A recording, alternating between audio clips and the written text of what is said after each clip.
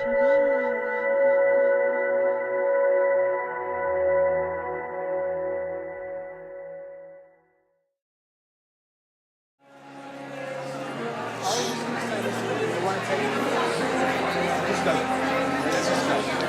do this. Hello. Hello. When we start, I'll just ask you a couple of questions and then we'll take some more up there. We'd like to welcome two I'll ask friends. you about our future. Gregg, Braden, and Dispenza, please. Thank you.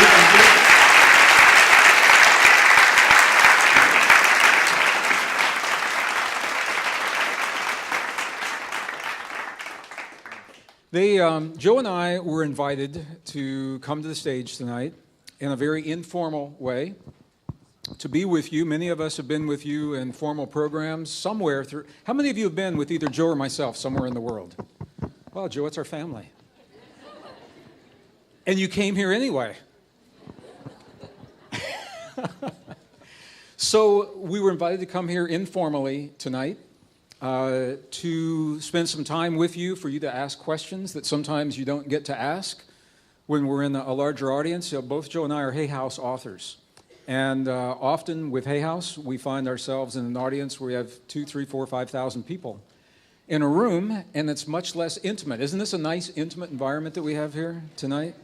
Yeah, I want to thank Richard for putting all this together, for his vision.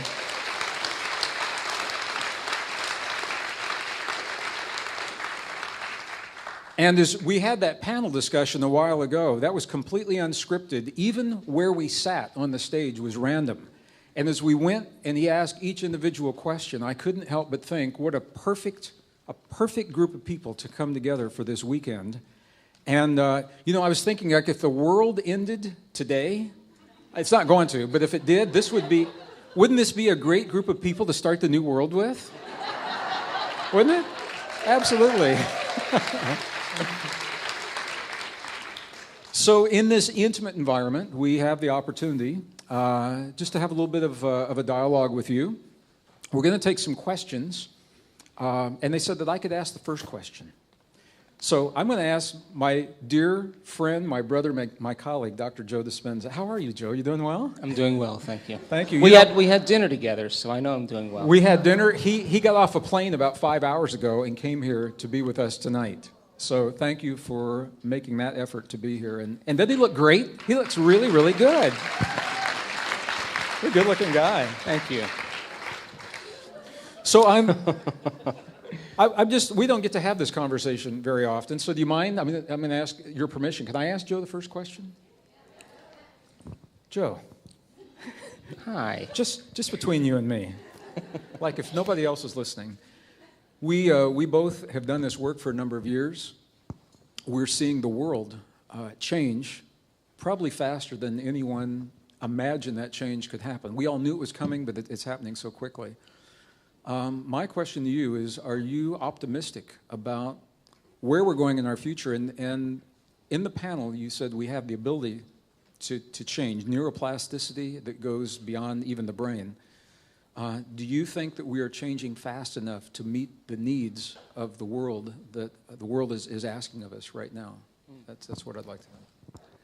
We need a bottle of wine in about 2 hours, you know? Here's a bottle of water. So, Gregg mentioned that we're living in a time of extremes, and I think if you're alive and you haven't noticed that the temperature, and I'm not talking about global warming, I'm talking about the intensity of energy, has been heightened in your world, more than likely you don't have a pulse at this point. And it's not only that time is speeding up, but because of technology, more things are happening in a shorter amount of time. And if you examine every paradigm, every system right now, whether it's the political system, the economic system, if you look at the religious model, if you look at the environment, you look at the educational model, you look at the medical model, all of these different paradigms are beginning to collapse, and the number one reason is because information is so readily available. The monotheistic paternal view that there was an authority figure, that was a priest, a doctor, a governor, a leader, a king that oversaw and ruled and had all the information and disseminated that information by choice or by will to people that were at one time ignorant. was a great way to control people. And then if you threw in a little guilt and a little fear, you threw in a little suffering, you threw in a little deceit or competition, you can keep people functioning pretty much as matter, as physiological bodies, matter trying to change matter. And that takes a tremendous amount of effort and energy to do. But because these systems are breaking down, I mean, Haroon and I were talking about this earlier.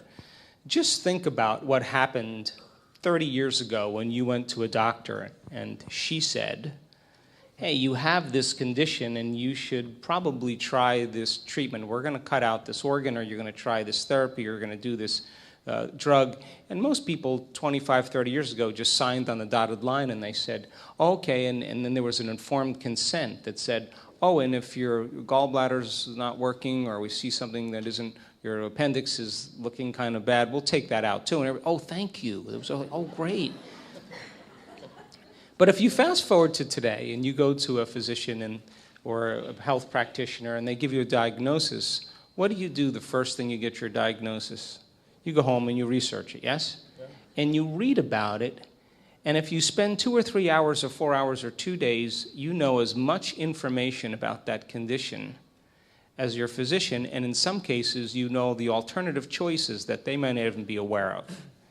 So you return back to your doctor and you say, hey, I want to try this treatment, I want to try this therapy. And they say, oh, that doesn't work, or I don't know anything about that. Now, I don't know about how it works in the UK, but in the United States, people are saying, really? Time to find a new doctor.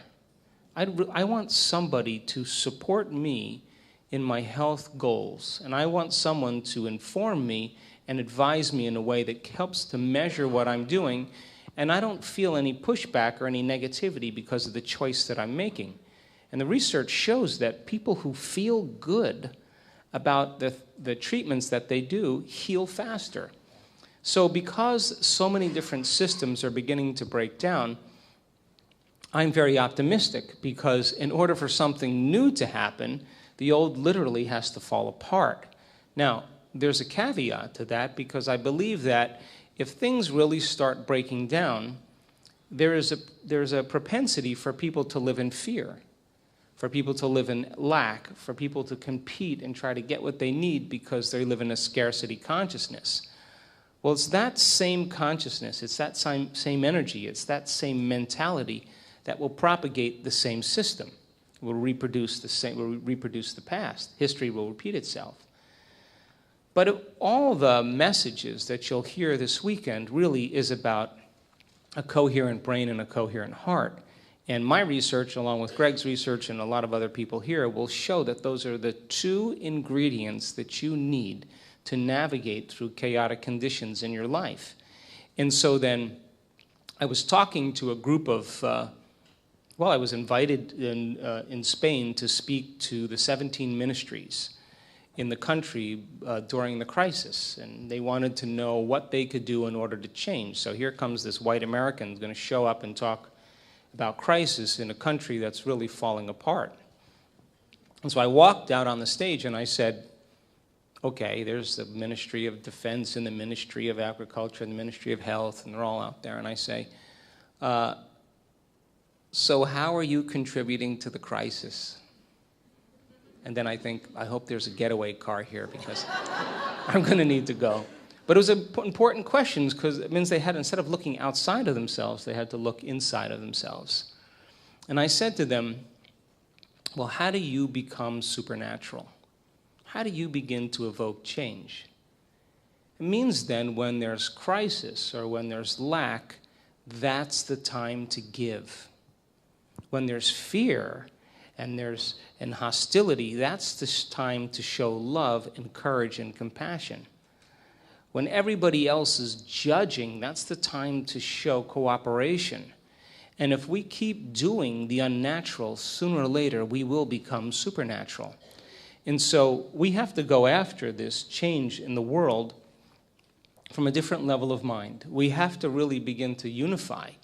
And the ingredient that creates that unity is those elevated emotions called care and kindness and love and cooperation and wholeness. And those are the things that we should be cultivating on a moment-to-moment basis. And if you begin to tap into your own potential, into your own resources, it's going to diminish your need for things external from you. Now, all of a sudden, companies and organizations that are looking for consumerism, that's how they make a profit, are no longer going to get what they need because they're less controlled or seduced by the conditions in your environment. And so I am optimistic in a sense because I understand that what's coming down the pipe is that there will be some chaos that's created. But I'm also really excited, and I think all of us on some level have negotiated to be here.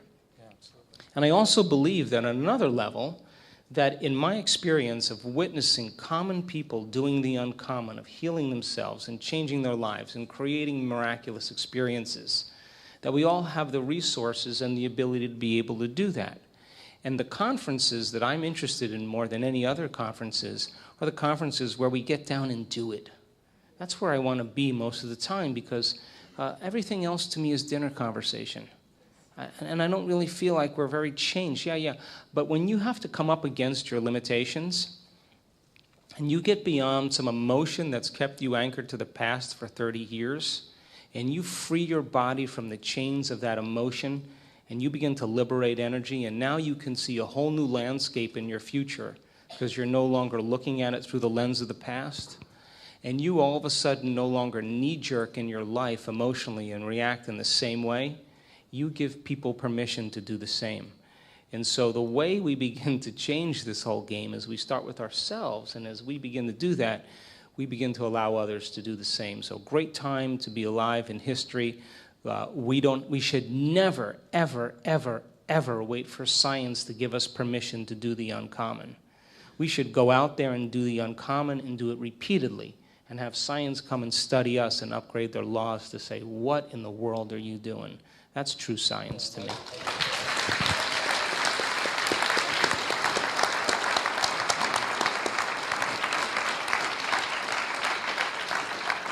So other than that, not much going on, huh?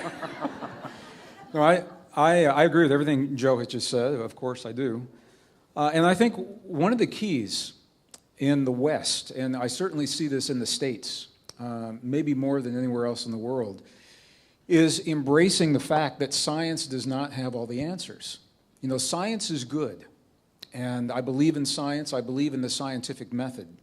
But science is designed to be constantly updated with new information as it comes about.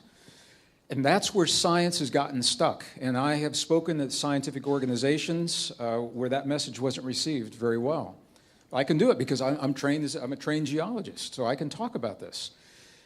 Science is designed to be constantly updated, and what's happening right now is that science has been hijacked by politics, by corporations that are using science or some version of an outdated science to convince people or to keep people in the fear of a reality that really no longer exists. I'm going to talk about this a little bit tomorrow as well. Tomorrow for me is a very visual program, and it's actually, for both Joe and I, it's a little unusual for us to be sitting in a chair. We're usually in constant motion across this stage, as I will be tomorrow. But the whole idea, we have been immersed in a story about us and ourselves that helps us to feel separate from our bodies, separate from the world, separate from one another. So when the world changes, we're fearful.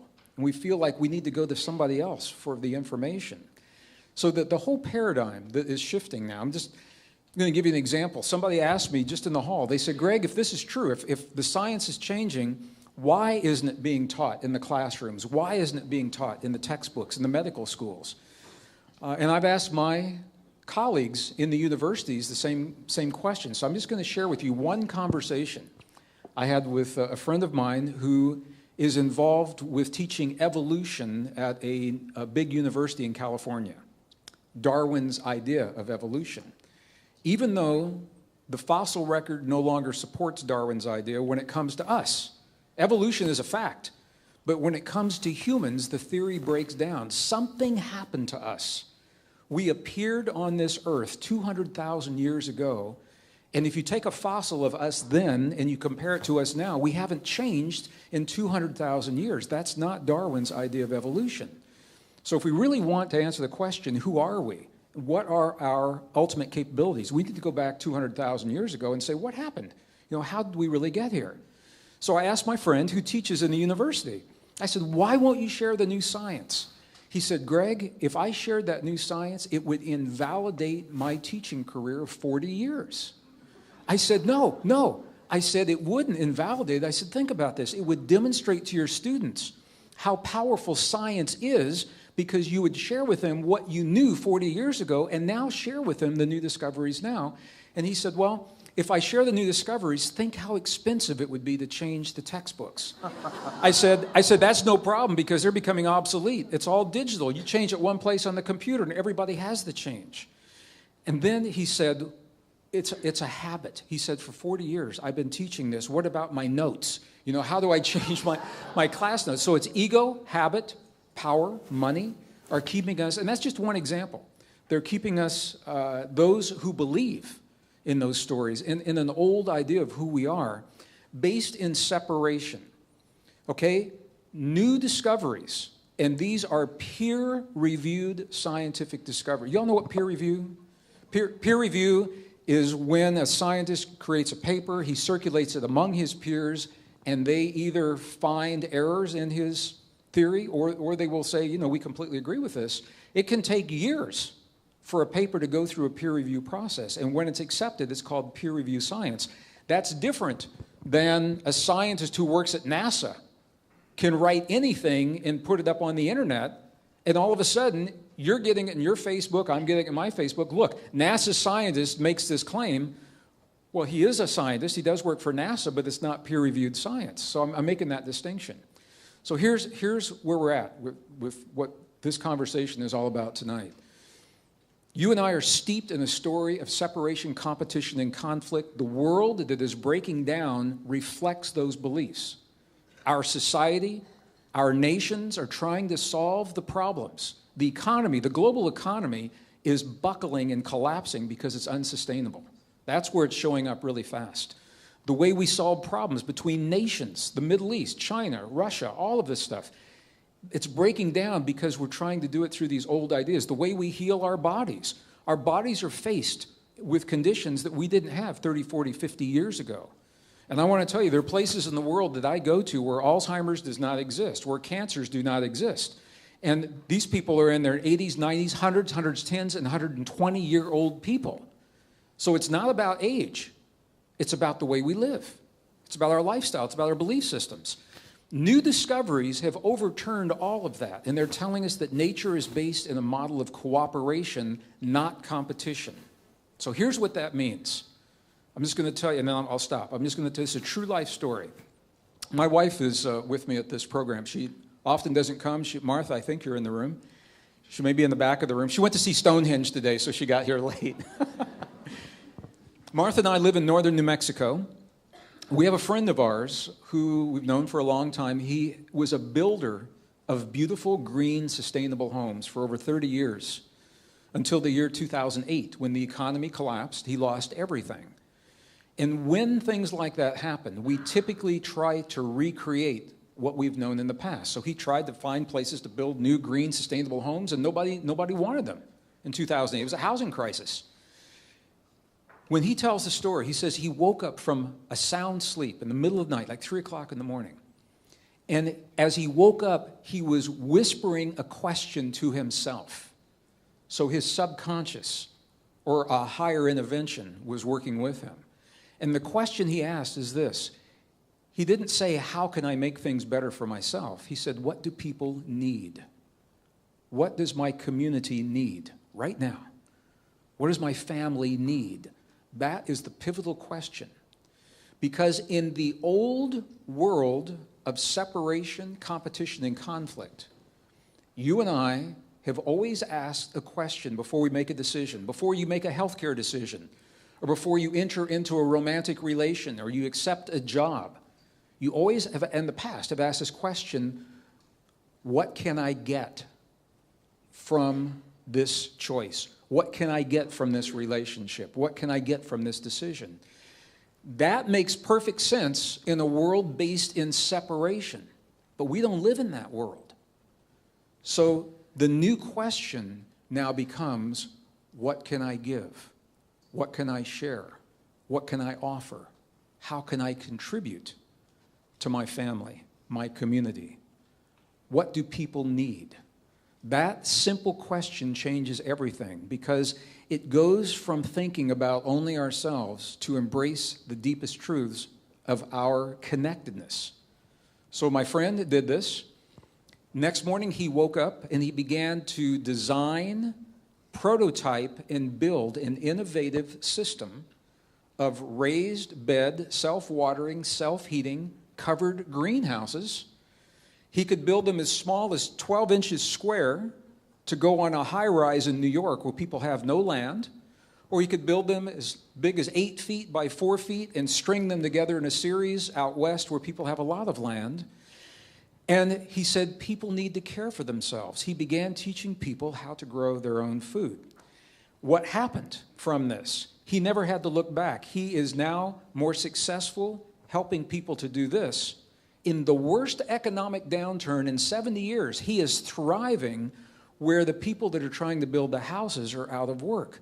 He's healthier because he loves what he's doing. He gets up every morning. He's going to go help people. He likes to meet his friends and his neighbors. He feels good about what he's doing.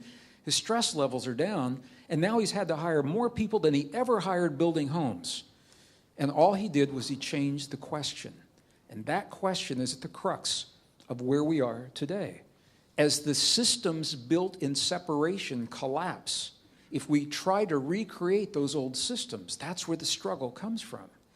If we allow them to collapse and replace them with something new, beautiful, and sustainable, that is where we thrive.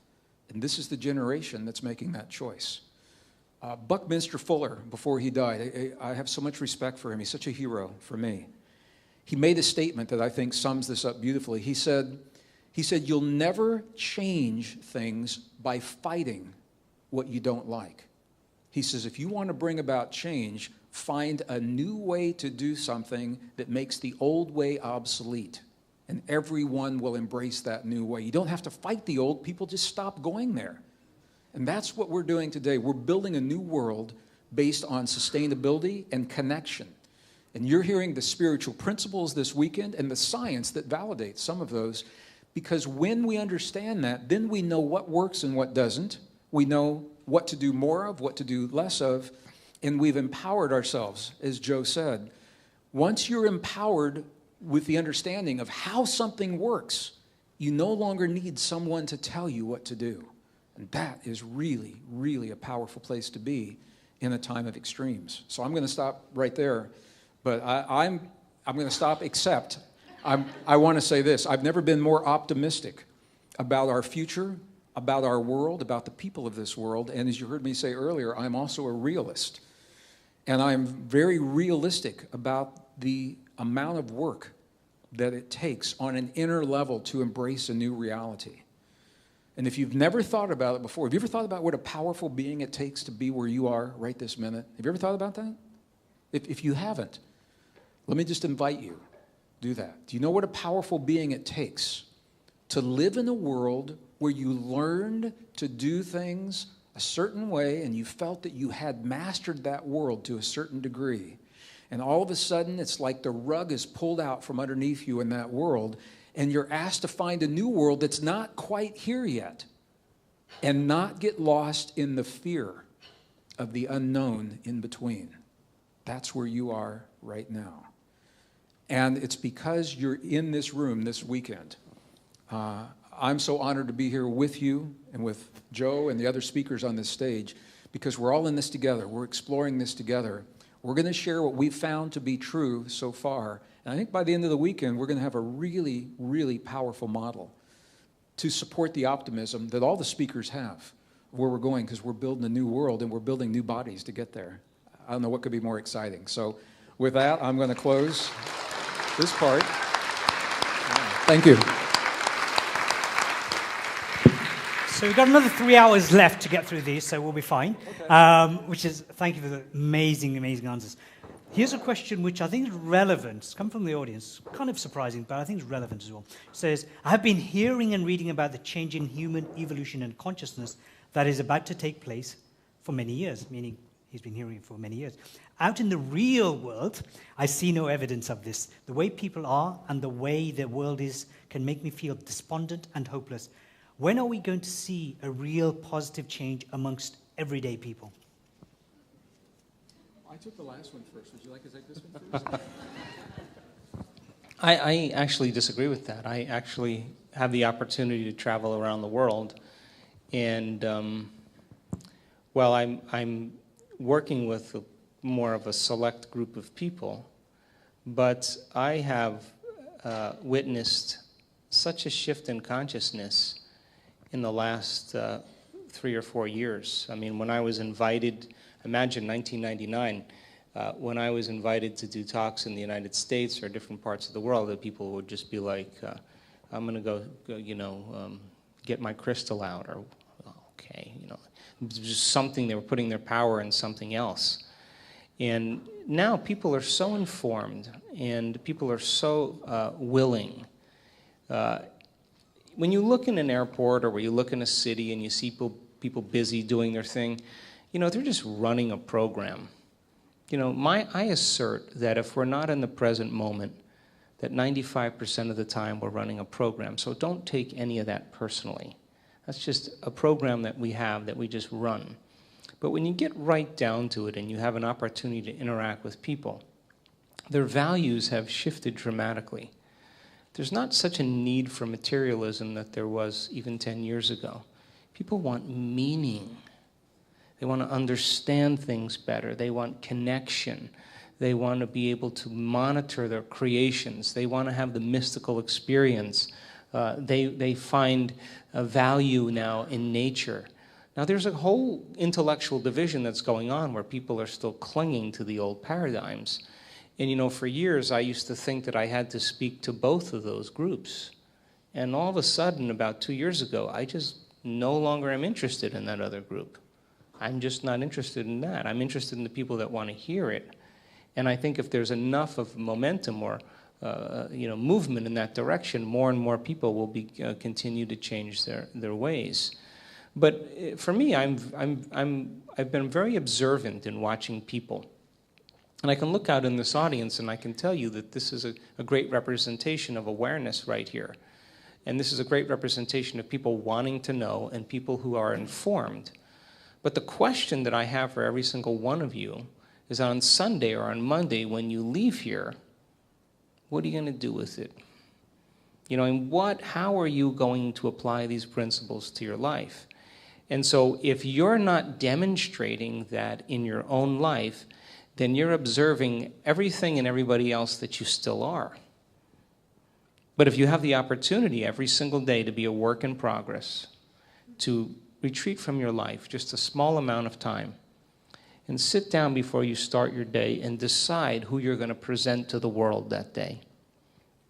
And if you can combine the concepts of quantum physics and neuroplasticity and psychoneuroimmunology and epigenetics and all these different idealisms into one model, and you are the expression of that, and you're able to maintain that modified state of mind and body your entire day, you better get ready, because something unusual is going to happen in your life. It's the law. And so then if you're willing to take your attention off of everybody else for a period of time, and the brain's job is to create meaning between what's going on out there and what's going on in here. And if you have the ability to move back and forth between those two states with a certain amount of elegance and not give your power to anyone or anything, and you're able to sustain that, you will begin to attract conditions in your life equal to who you're being in that moment. So I say that it is happening. I say that it is happening individual per individual.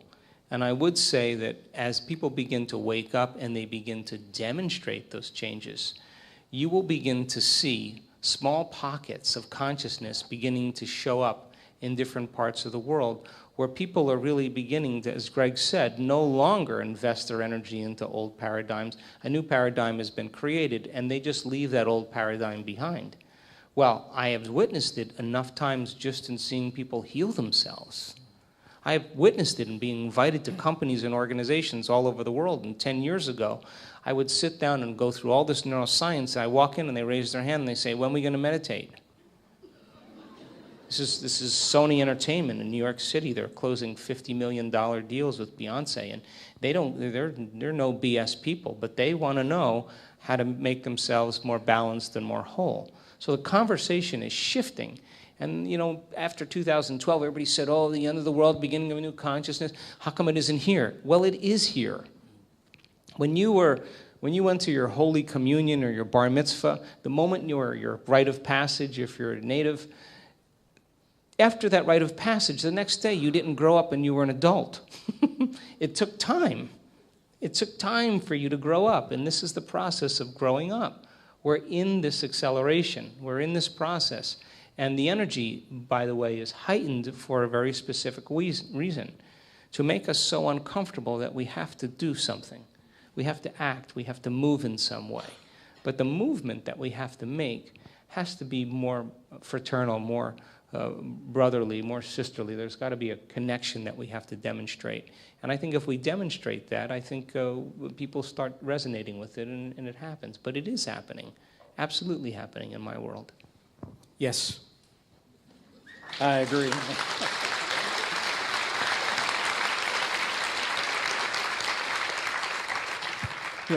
I agree, and I think a lot of it is just how we look at the world. What lens do we choose to see the world through? In my lifetime, I've had the honor and the privilege. I've met a couple of presidents. I have known many religious, very high-level religious figures, political leaders, social architects, scientists, engineers, indigenous elders from all over the world. And every one of them, in their way, has said to me, Gregg, we knew this change was coming. They've been telling us, the indigenous people, for thousands of years. Others have known. They all knew that a change, a shift is coming. And every one of those people, down to the last one, has told me they are absolutely blown away by how fast the shift is happening. No one ever thought it was going to happen so quickly. Now, when it comes to the way that people change, I think in the New Thought, New Age movement, there was a belief that was instilled back in the 1980s during the harmonic convergence. Y'all remember the harmonic convergence? You remember that? Who doesn't know about the harmonic convergence? That was a time on the Mayan calendar. Jose Arguelles identified it. I want to tell you how naive I was. I didn't know about it. I was an engineer working in the defense industry. And the first time I heard somebody ask about the harmonic convergence, I thought they were talking about a rock group that was coming to Denver, Colorado, called the Harmonica Virgins. If you say it really fast, it sounds like that, So I had no idea what it was, but that was a time in alignment on the Mayan calendar that preceded 2012. And everybody said, okay, everything's going to change after that. And then 2012, everybody said, okay, everything's going to change after that. I think there was an idea that was instilled that all of a sudden, this change, we would wake up in the morning or maybe before we went to bed some night, and everything was going to shift. And what I'm seeing happening, is that possible? Yes, it's possible. Is it realistic? Probably not. I think what's happening is people are changing in response to certain things in their lives that challenge them. That's when they make the individual change. I'll tell you a perfect example is the last couple of weeks. Are you watching the economic system of the world go through some big shifts? Have you all seen that? People that have never bought into anything going on at all, what they've said is something is up, something's going on, because it affected them in a way that they could not ignore. But it's not just about the economy. It's about people's healthcare decisions. It's about sustainability. But what I'm seeing, when you see the kind of television program, for example, that you see now that used to be relegated to a few special channels or the occult section of a bookstore, 20 years ago, and now it's mainstream television, 2020, or BBC Investigates or something like that. There's a shift when those kinds of things become mainstream, when these conversations become mainstream. And I'm just going to take a guess, but you look at this audience, there's a really nice mix of male and females in this audience. Remember, 20 years ago, it was primarily female that were coming because women typically in the past have been more open to new ideas. They're more open to ideas of intuition and healing from the heart. So those are all shifts that tell me there is something happening, and I am seeing a tremendous shift. Where I'm seeing it most is in the general population like this. Where I'm seeing it the least is in the leadership of our nations. However, I am seeing that change as well. Have you all heard of the very well-known, highly influential meeting in Davos, Switzerland, that happens every year? Yep. Where the financial people, the industrial people, they all come together and kind of lay out a blueprint for where the world's going. One of them made a very, very amazing statement last year and said the way we have been thinking in these meetings is no longer sustainable. They said for us to find the resilience, and that was the word they used, the resilience to help and lead our nations through this time of change, we've got to change the way we're thinking in a way that we have never done before. And that tells me, at least on some levels, that awareness shift is actually percolating into those very high levels as well. I think it has to, because we're all in this together. So I think Joe and I are saying we are optimistic. We do see a shift in the awareness, and it's coming about sometimes in ways that you don't always expect. Brilliant. Thank you so much. I'm going to put some quick fire questions to you individually, so separately, not trying to separate you guys, but separate questions. So we can go through a couple more questions. Gregg, starting off with you. What is the purpose of the Hadron Collider? How dangerous is it? And can human consciousness have any effect on it? That's 3 questions. What's the purpose of the Hadron Collider? So, no, you didn't hear the rest. Those 3 questions, if I'm understanding the question correctly, physicists throughout the world are struggling to build a new story of you, me, our creation, and the beginning of our universe, because the old story is no longer working. We have been struggling now. Science is about 300 years old. Science for 300 years has been struggling to come up with what is called a unified field theory. Have you all heard of that before? It's a theory that unifies the old physics, the new physics. It's a story in mathematic terms that is about us, how the universe began and where we fit in. And they have yet to find that story. They cannot find that unified field because the thinking of the way, the 2 levels of physics, is incomplete.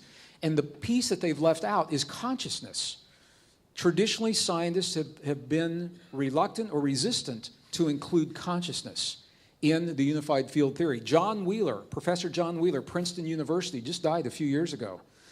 He died in 2008, so it's been more than a few years now. He was a colleague of Albert Einstein's, and he was one of the last bright lights in the world of physics that was a proponent of consciousness being a fundamental force in the universe. And what he said, this is so elegant, what he said, we will never find the smallest particle of matter, and we will never find the edge of the universe. We keep sending space probes out, and they go further and further, and every time the scientists say, oh, I think we found the edge of the universe, and they look, and there's something else there. And every time they bang these quantum particles together at the speed of light, and they shatter them into these tiny, tiny fundamental pieces, looking for the smallest piece of matter, and they think they've got it. They look, and then there's something even smaller. John Wheeler said it will always be that way, and here's the reason why, and it's exactly what Joe has just said. He said it is the act of consciousness looking at itself that is a creative act in and of itself. The act of looking for a smaller particle will promise that we always create something for us to see, no matter how small it gets. The act of looking for the edge of the universe promises no matter how far out we go, the act of us looking will create something for us to put there. Consciousness is what's missing in those fundamental forces. So, the Hadron Collider, or CERN. You all know about the CERN Collider. What they are doing is attempting in the laboratory to recreate the moment, the instant that the universe began, by colliding these quantum particles together at the speed of light.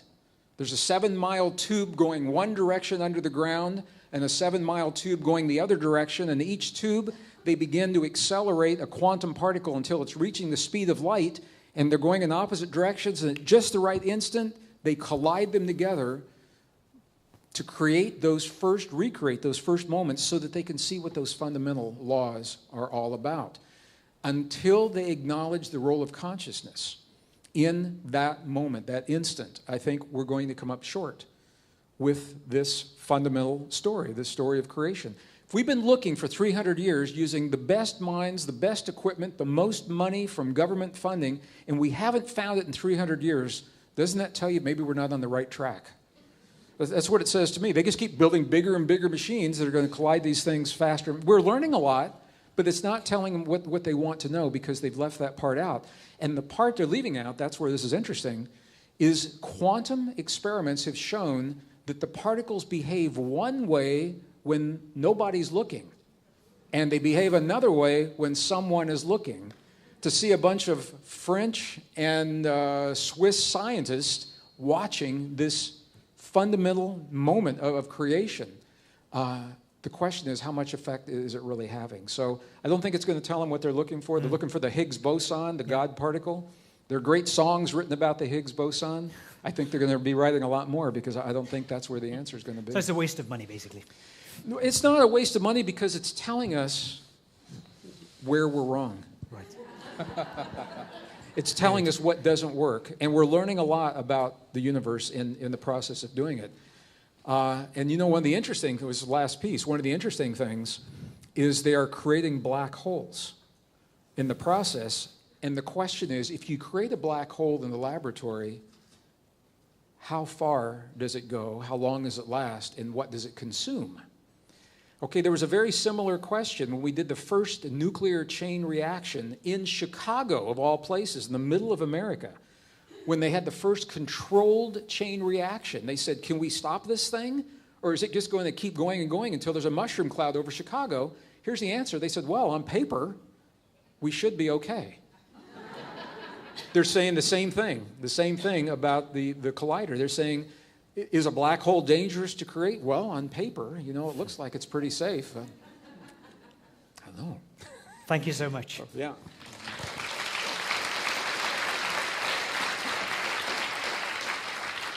We'll make this the last question. We've got to do some interviews and answer all these questions. Sure, I think sure. we're going to organize that online. So untangledfm.com. It's free. Joe, this is a great question. I love this one. This is for you. What is the difference, if any, between learning to reparent the conditional damaged child aspect through compassion and understanding and stepping into pure consciousness and rewiring our brain through meditation? What was the first part of that? Oh, parenting. Yeah, so reparent the conditional, so inner child, healing the inner child. Oh, through healing the compassion. inner child. That's what it's saying. Not talking about Compassion. children, though. Yeah, no, not talking about children. And then what's the difference between that through compassion and understanding versus stepping into pure consciousness and rewiring the brain through meditation? Okay.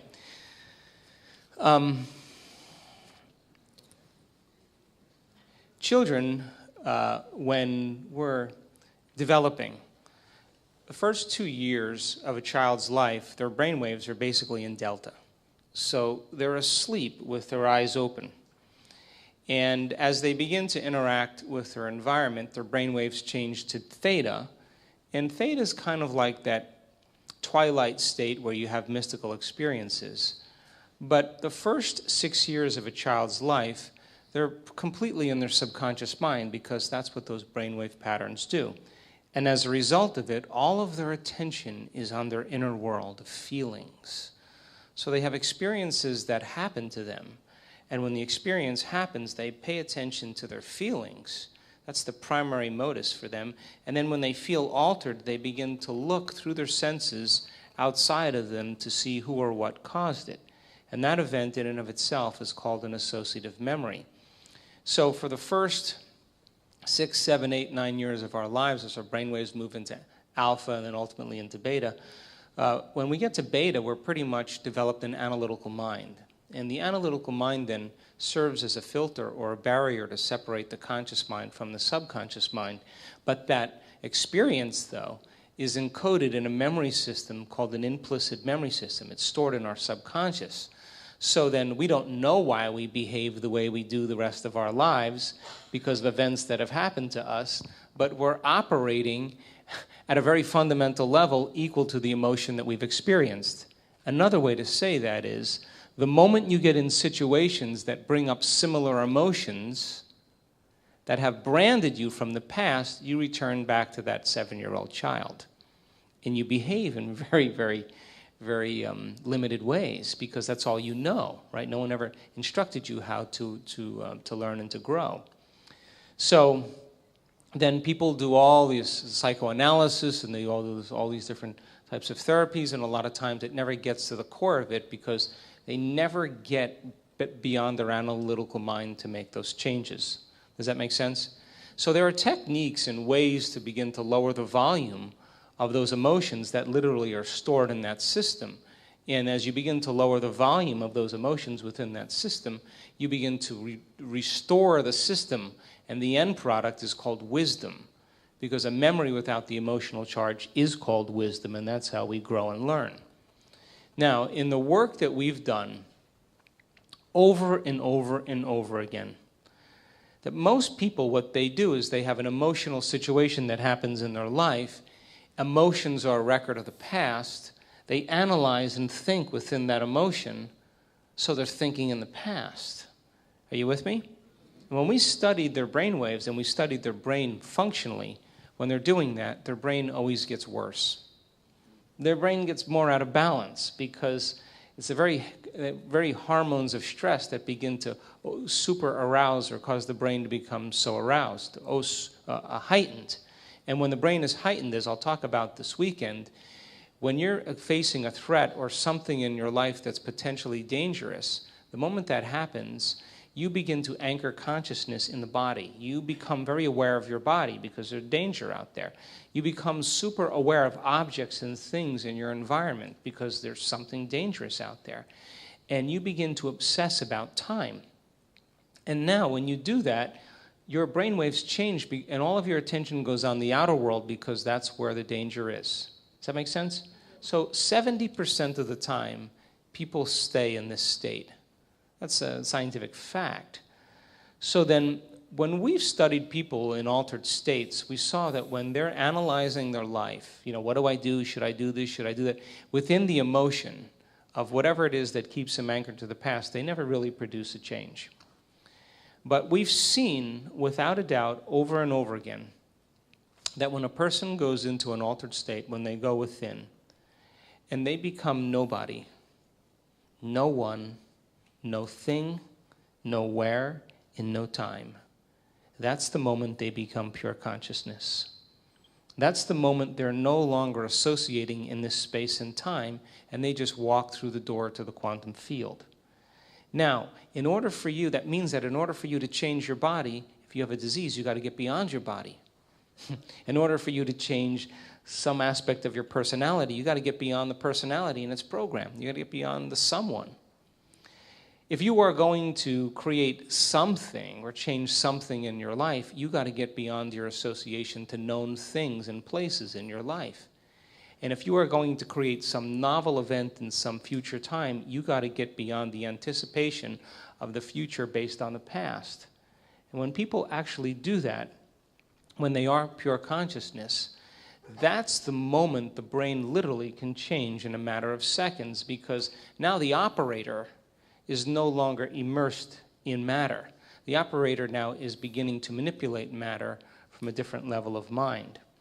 And so people can heal their inner child by doing their inner child work, by overcoming emotions, and it requires a certain amount of consciousness and awareness. It requires a certain amount of metacognition or mindfulness to observe who they're being and begin to modify their behaviors and create new experiences and begin to overcome some of those emotions that keep them anchored to the past. But in order to do it in a very quick way, we've seen this over and over again, that people have to get beyond their body, their environment, and time. That's when they all of a sudden, consciousness becomes the epiphenomenon of matter, and a person can have an instantaneous experience that changes them because they're now already in the operating system. And I'll show you some brain scans that will probably floor most of you, because these are not nuns, these are not Buddhist monks, these are not academics, these are not Kabbalistic rabbis. These are common people just like you doing an uncommon thing.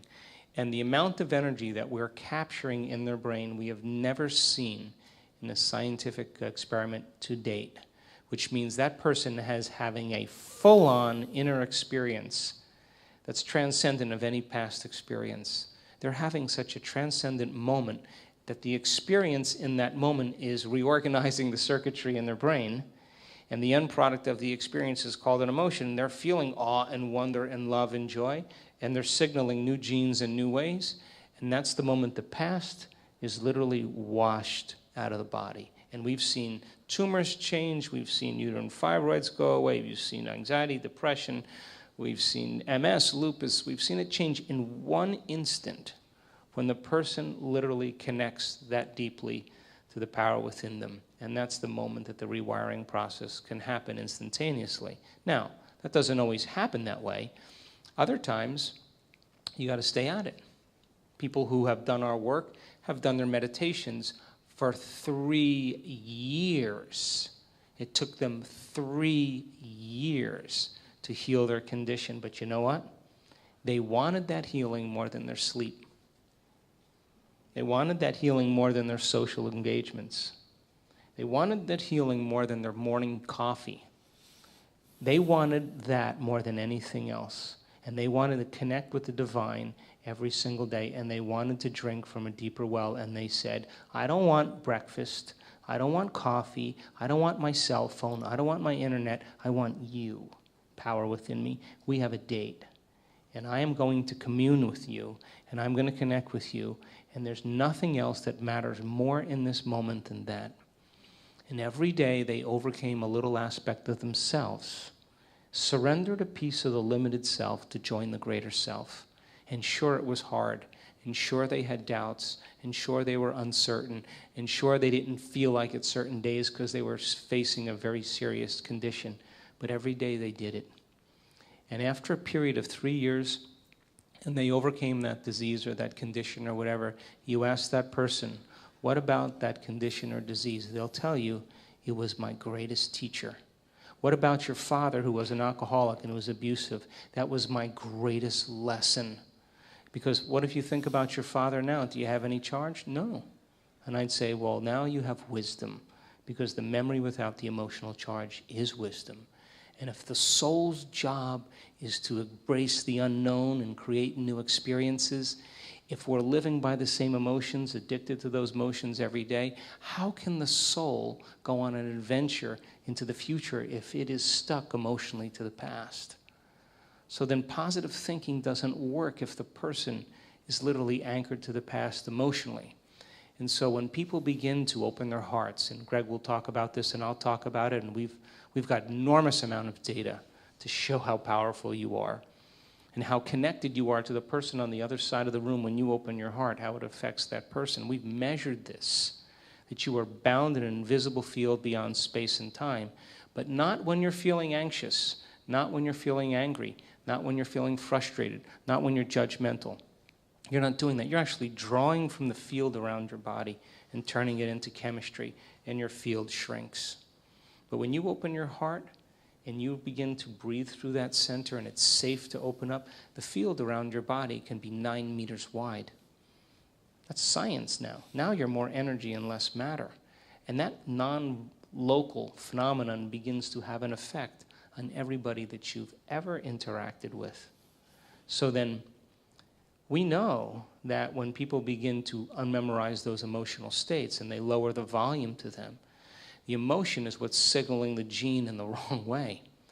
And if the emotion is a record of the past, the moment the person overcomes that emotion, they're free now to create a new future. And according to the religious model, they're born again in the same life. Wow.